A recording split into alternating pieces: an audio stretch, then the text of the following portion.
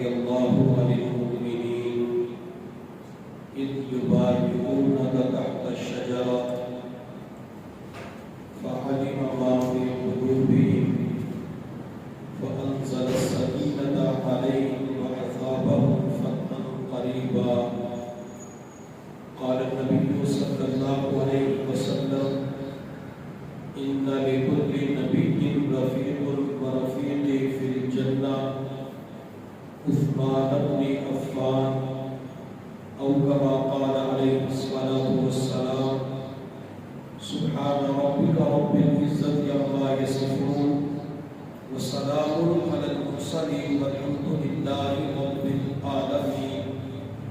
اللهم صل على سيدنا محمد وعلى آل سيدنا محمد وبارك وسلم.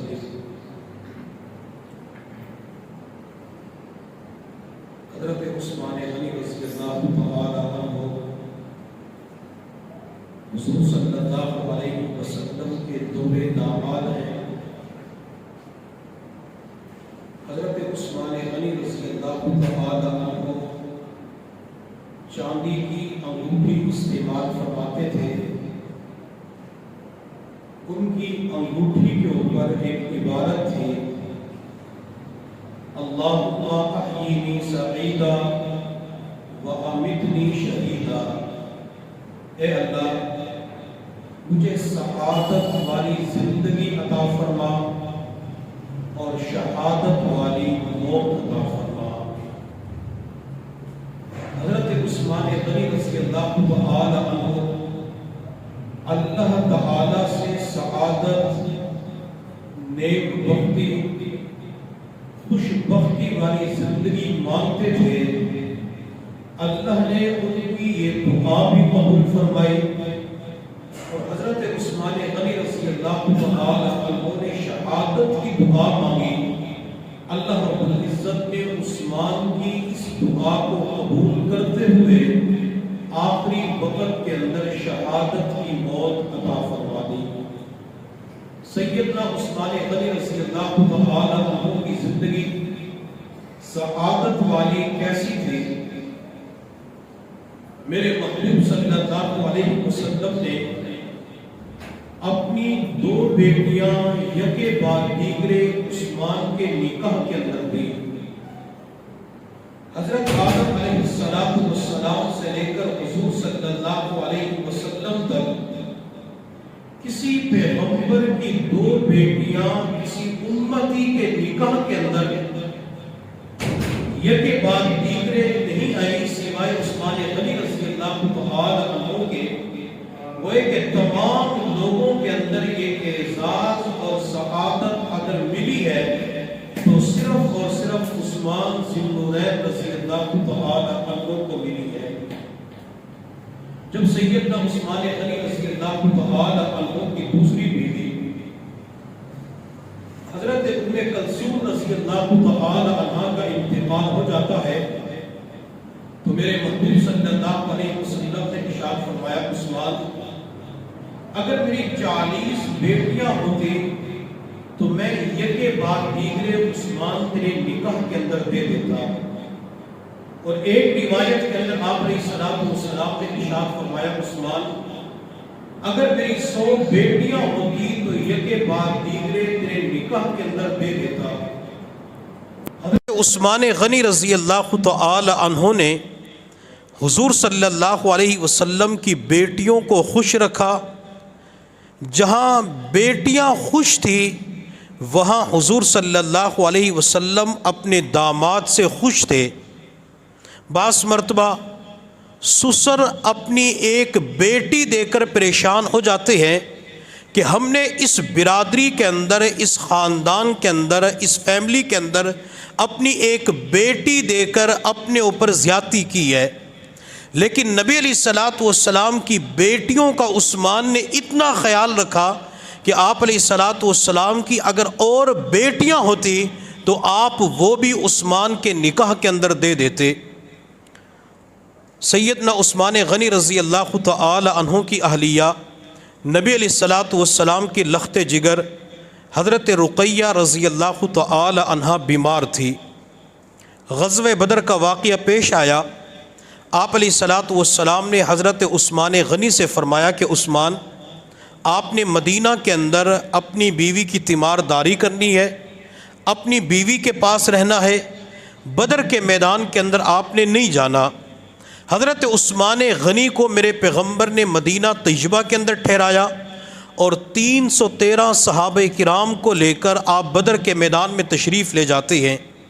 نبی علیہ الصلاۃ والسلام نے 17 رمضان المبارک کو معرکہ لڑا، اللہ تعالیٰ نے 313 کو 1000 کے اوپر غلبہ عطا فرمایا۔ 18 رمضان المبارک کو نبی علیہ الصلاۃ والسلام مدینہ طیبہ کی طرف واپس تشریف لا رہے تھے۔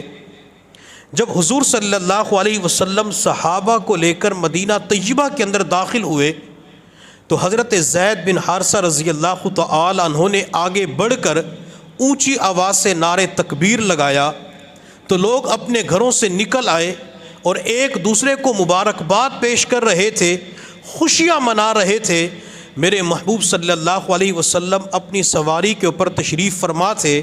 میرے محبوب صلی اللہ علیہ وسلم کی مبارک نظر حضرت اسامہ بن زید رضی اللہ تعالی عنہ پہ پڑی جو دوڑتے ہوئے آ رہے تھے۔ جب اسامہ بن زید میرے پیغمبر کے قریب آئے، آپ علیہ الصلاۃ والسلام نے فرمایا، اسامہ، آج تو خوشیوں کا دن ہے، اللہ نے مسلمانوں کو فتح عطا فرمائی۔ اسامہ، تو مجھے یہ بتلا میری بیٹی رقیہ کا کیا حال ہے؟ جب حضور صلی اللہ علیہ وسلم نے اپنی بیٹی عثمان کی بیوی رقیہ کے بارے میں پوچھا تو اسامہ نے اپنا سر جھکا لیا۔ میرے محبوب صلی اللہ علیہ وسلم نے فرمایا، اسامہ، میں تجھ سے اپنی بیٹی کے بارے میں پوچھ رہا ہوں، تو مجھے جواب کیوں نہیں دے رہا؟ حضرت اسامہ رضی اللہ تعالی عنہ نے عرض کیا، یا رسول اللہ، اللہ کی رضا پہ راضی ہو جائیں، آپ کی بیٹی رقیہ اللہ کو پیاری ہو چکی ہے۔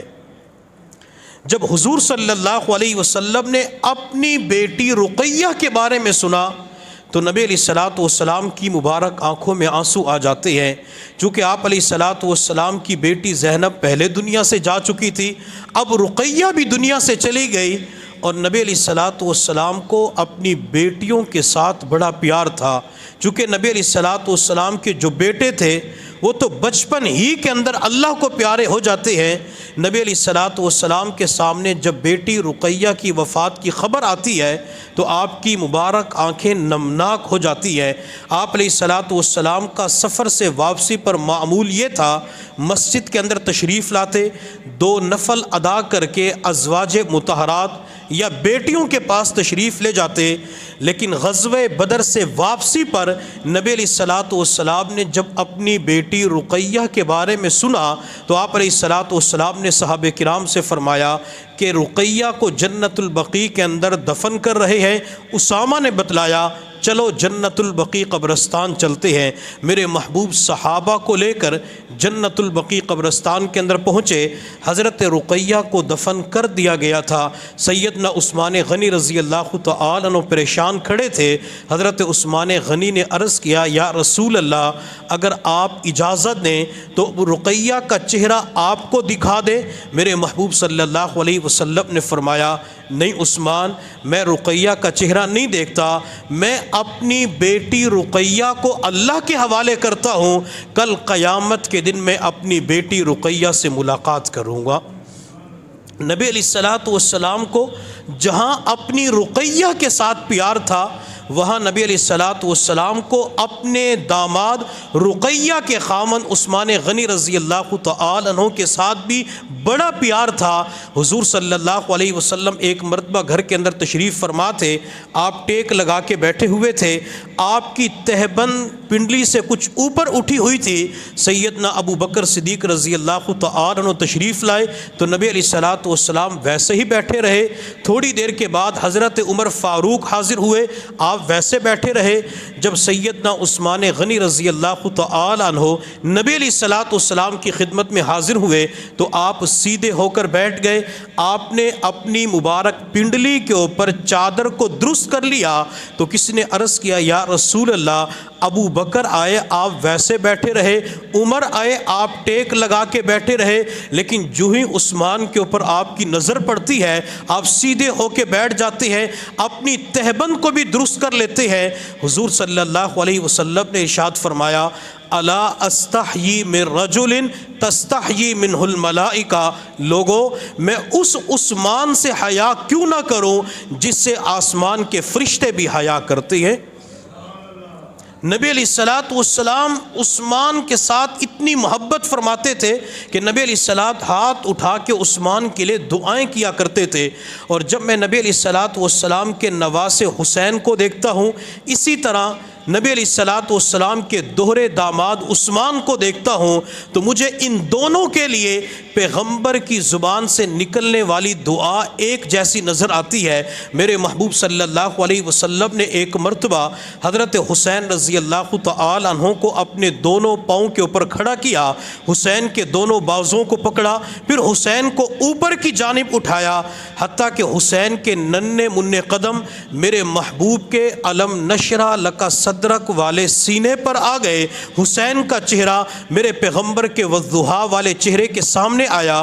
میرے پیغمبر نے حسین کے لبوں کا بوسہ لیا اور حضرت حسین کے لیے دعا مانگی, اے اللہ میں حسین سے پیار کرتا ہوں, اللہ تو بھی حسین سے پیار کر, اللہ میں حسین سے راضی, اللہ تو بھی حسین سے راضی ہو جا. نبی علیہ الصلوۃ والسلام نے جہاں حسین کے لیے دعا مانگی وہاں اپنے داماد عثمان کے لیے بھی یہی دعا مانگی. میرے محبوب صلی اللہ علیہ وسلم عید کی نماز پڑھانے کے لیے تشریف لے جا رہے تھے. سیدہ عائشہ صدیقہ رضی اللہ تعالی عنہا نے عرض کیا یا رسول اللہ عید کا دن ہے, خوشی کا دن ہے, تھوڑی دیر کے بعد اس دروازے کے اوپر یتیم بچے مانگنے کے لیے آئیں گے, آپ کچھ پیسے دے کر چلے جائیں تاکہ گھر کے اندر میٹھا بنا لیں اور یتیم بچوں کے اندر خرچ کیا جا سکے.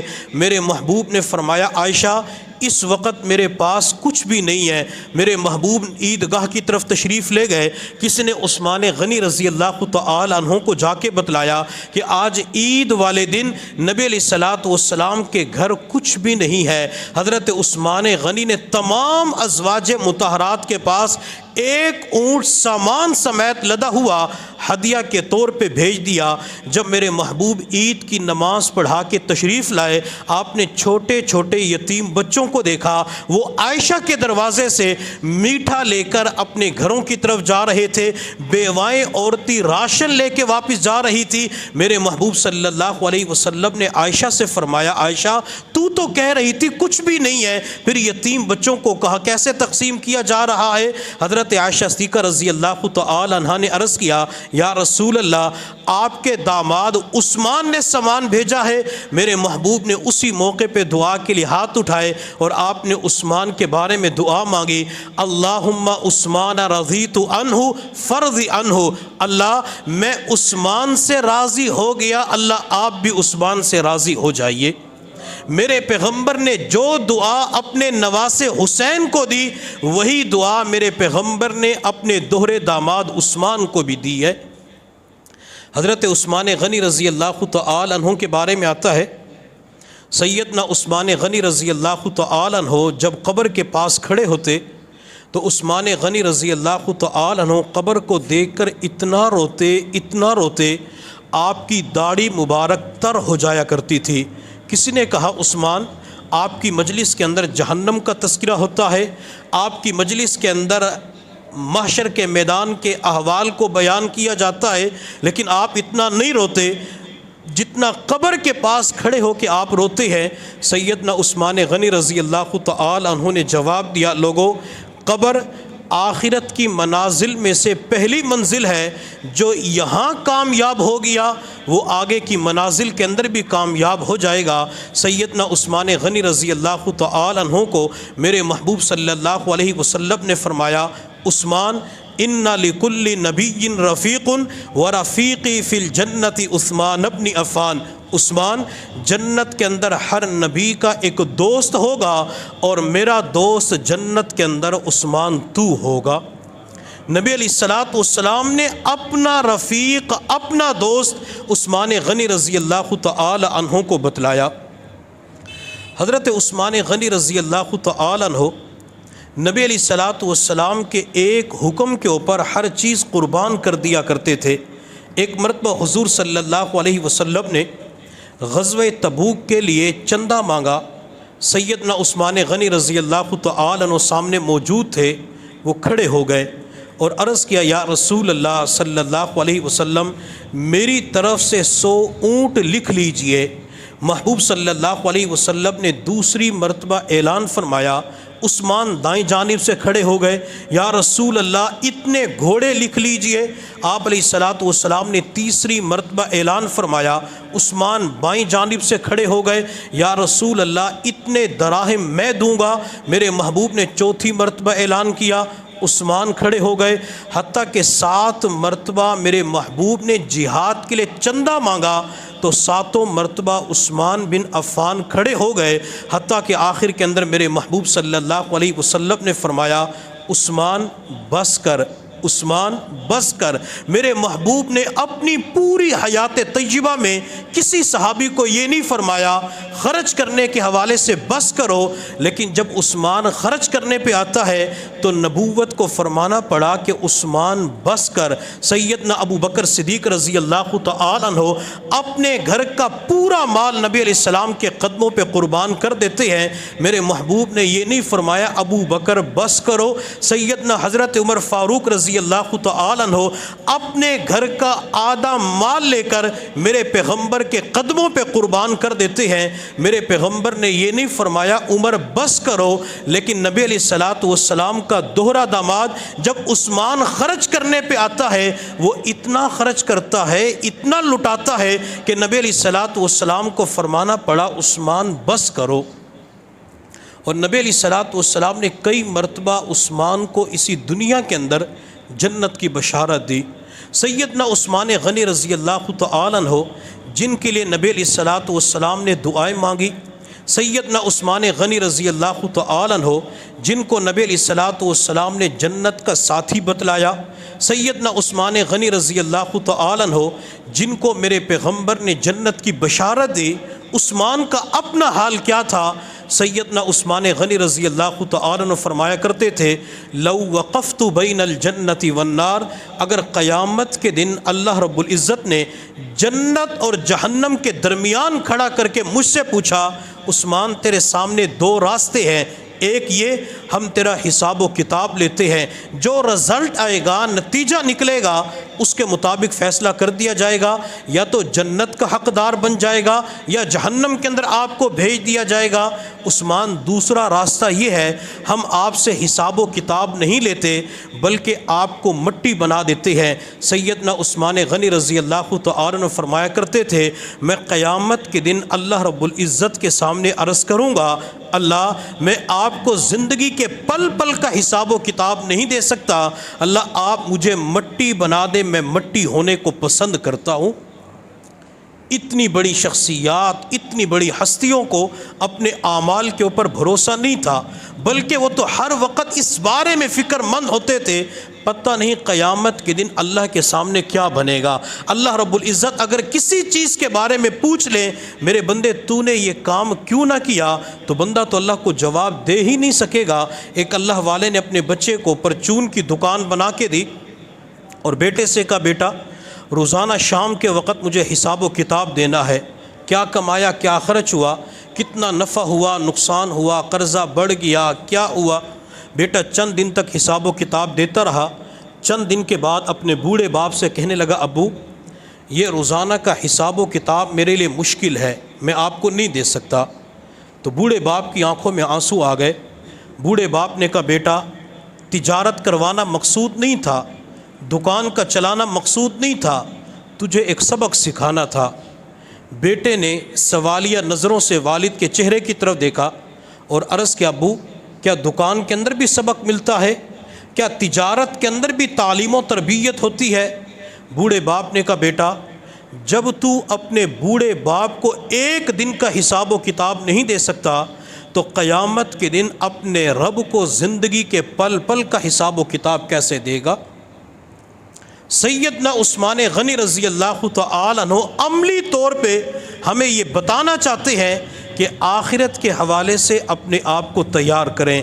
ایک دن آئے گا جب تمہیں اللہ کے سامنے پیش کیا جائے گا اور تم نے اللہ کے سامنے زندگی کے پل پل کا حساب و کتاب دینا ہے۔ میرے محبوب صلی اللہ علیہ وسلم نے ارشاد فرمایا، محشر کے میدان کے اندر جب تک بندہ چند سوالات کے جوابات نہیں دے گا اس وقت تک وہ بندہ اپنی جگہ سے ہل نہیں سکے گا۔